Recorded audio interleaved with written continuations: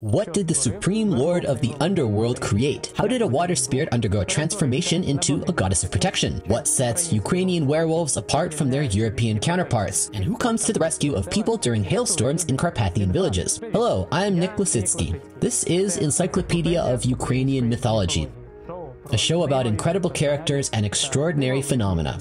And the heroes of today's episode are Aritnik, Berehinya, Vovkunya, and Hailbender.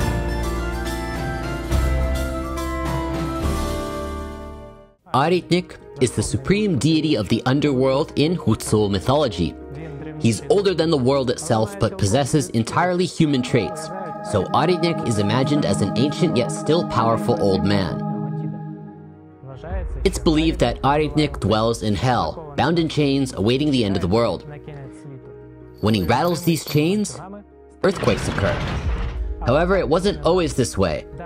Ancient legends say that at the beginning of time, Aritnik assisted God in creating the earth. Aritnik is one of the most ancient figures in Hutzul culture. He appears in apocryphal tales where he plays the role of a villain, often equated with the devil opposing God. Probably like many other characters in Ukrainian mythology, Aritnik came to symbolize evil after Christianity arrived in the region, since his true essence is far from demonic. It's possible that in the era of ancient beliefs he symbolized the primordial chaos from which the world was formed, or was a deity ruling over all of nature. One legend that has survived tells of how when Aritnik and God were creating the earth, Aritnik extracted clay from the seafloor from which the land was formed. Mountains, it is said, emerged directly from Aritnik's mouth. Aritnik could do anything he set his mind to. He created sheep, goats, houses, mills, wagons, violins, even invented music and fire. All art and inventions were the work of Aritnik's hands, while God, according to legend, simply took these creations from him and gave them to humans. Well, how could one not become evil in such a situation? Once, Aritnik created a great wolf to frighten God. You've probably heard of Fenrir, the fearsome enemy of the gods in Norse mythology. That's the kind of wolf Aritnik created. However, God wasn't scared. He took an axe and started chopping, twig by twig, splinter by splinter. From the splinters of the big terrifying wolf, other animals, birds, and insects were born. Legends also mention that Aritnik understood the language of plants, birds, and animals, and it was from him that hidden knowledge and magic that is now possessed by wizards originated. They say that Aritnik, although bound in hell by chains, still rules on earth through his helpers, Judases. Berehinya is one of the most well-known, yet simultaneously one of the most mysterious and controversial figures in Ukrainian mythology. She was considered a water nymph, a mountain fairy, an evil deity, a goddess of goodness and beauty, the Great Mother, protector of domestic comfort, and even a sacred oak forest. One of the most famous modern depictions of Berehinya is that of a woman with her hands raised to the sky. If you're already familiar with the image of Berehinya, please share your knowledge in the comments. If not, continue watching to learn more. There are various interpretations regarding who Berehinya might have been, what she might have looked like, and what functions she fulfilled. The earliest written mentions of Berehinya date back to the 14th and 15th centuries. These references indicate that in ancient times the Slavs worshipped Perun, Hors, Vili, Mokosh, Upyrs, and Berehinyas. From this, one can conclude that Berehinyas were likely nature spirits. However, there is no consensus on the specific natural locations where Berehinyas dwell. Some scholars link the name of this character to the Slavic word bereg, which means waterside, suggesting that Berehinyas lived on the riverbanks and thus were river spirits, similar to water nymphs.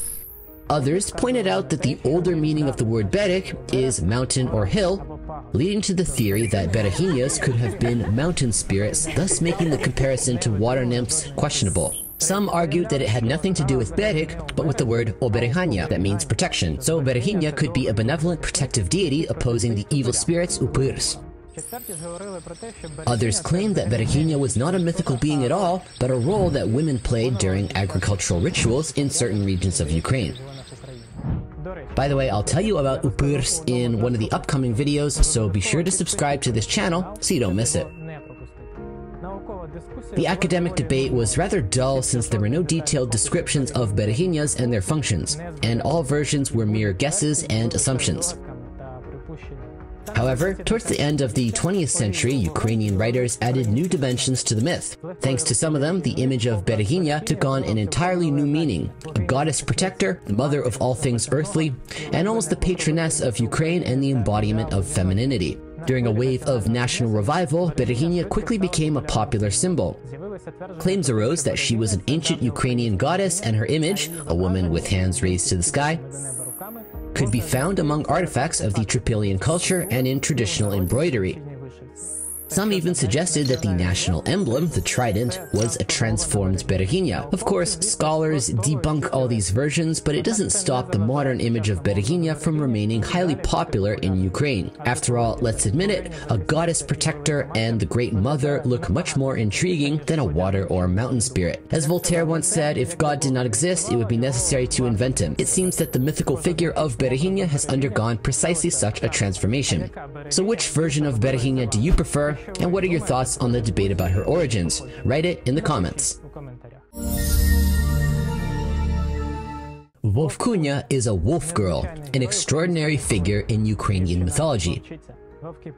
Worldwide, werewolves are well-known creatures, typically depicted as male characters with aggressive, bloodthirsty, and uncontrollable natures. However, in some regions of Ukraine, this character looks entirely different. Vovkunya is a tragic image of a bride who, together with her lover, was enchanted at the wedding and transformed into a she-wolf. She is forced to roam and starve, hoping that someday she and her betrothed will be able to break the enchantment. It is believed that the image of werewolves is related to totemism, the belief in a supernatural connection between a clan and a specific animal, as well as initiation rituals that young men underwent to become warriors.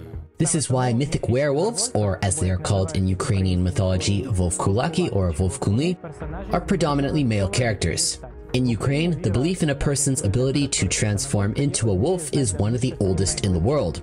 Even Herodotus in the 5th century BC wrote about the Nuri tribe living in the upper reaches of the Dniester and southern Bug rivers and the Pripyat basin, whose members could transform into wolves for several days each year. Later, the image of the werewolf spread throughout Ukraine and remained popular for thousands of years. Numerous legends and ethnographic records associated with werewolves continue to emerge even in the early 20th century. Ukrainian werewolves come in two types: innate, meaning those who can transform into a wolf from birth, and those who can transform due to magic. Unlike European mythology and contemporary culture, where werewolves are mostly demonic figures, Ukrainian ones have quite diverse personalities. For instance, innate werewolves can lead entirely ordinary lives. One record from Ukrainian region Galicia states, "Vovkuni have wives, children, and manage households just like other people, but when the time comes, they transform into wolves and go hunting. In our village, there is only one Vovkun known to me, who is an honest and hardworking man. Sorcerers who can transform voluntarily into wolves do so to harm other people, and they can even turn others into wolves. However, those forcibly transformed into wolves usually suffer greatly. They feel fear and despair, cannot consume wolf-like food, and are forced to roam hungry or try to roast raw meat over the shepherd's remains of campfires. They are compelled to live in dens or sometimes serve sorcerers who enchanted them, or real wolf packs, carrying out their commands. Wedding participants were particularly vulnerable to such enchantments. Many stories exist about how healers and witches turned brides and guests into wolves. This is the origin of the Vovkunya character, the young she-wolf. Vovkunya is a tragic character. She's doomed to live as a she-wolf, sometimes while carrying a child.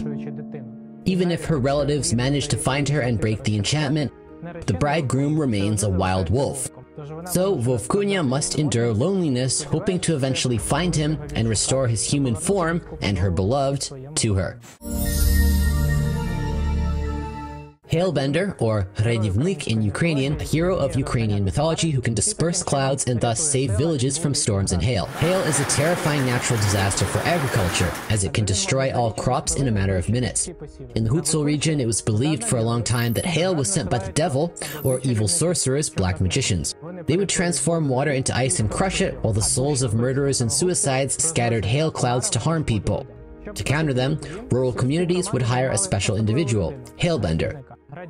Hailbenders possess special tools and knowledge through which they can divert, disperse, or redirect hail clouds to a safe location for the peasants.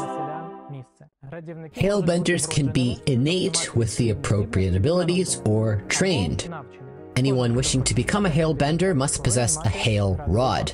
And there are two unusual ways to create it. The first method involves cutting a branch from a tree and using it to separate a snake from a frog. In other words, when the snake begins to swallow the unlucky frog, you strike it with the branch to make it release its prey. The second method involves stealing a stick used to light candles in a church so that no one sees it, and hiding it at home until dawn with the sun rising. However, that's not all. On the eve of Christmas, the future hailbender should neither eat, nor drink, nor speak. He must collect a small amount of food from each dish, take a broom and rake, and walk around his house while reciting a special incantation. After that, one should hide the package with food until Easter, and on Easter Day buy incense from 9 shops and add it to that food, or to what remains of it. These special items are then used in rituals to ward off hail. To drive away a cloud, hailbender undresses, stands in front of it, holding the rod and the bundle in one hand and an axe or scythe in the other, and recites incantations while directing the hail to a location where it won't cause harm. Legends say that some of the most skilled hailbenders not only dispersed clouds but also showed off their mastery. Once, Hailbender entered a tavern just as a hail cloud gathered overhead. He asked for a glass of beer, turned it upside down, and held it in his hand until the spirits responsible for the hail approached him, asking to be released. Hailbender sent them to a water source, saving the village, and the water in the pond turned to ice. Be sure to enable notifications to stay updated with our latest content, and help us by sharing our project with your friends and acquaintances. Your support in promoting Ukrainian mythology worldwide is greatly appreciated.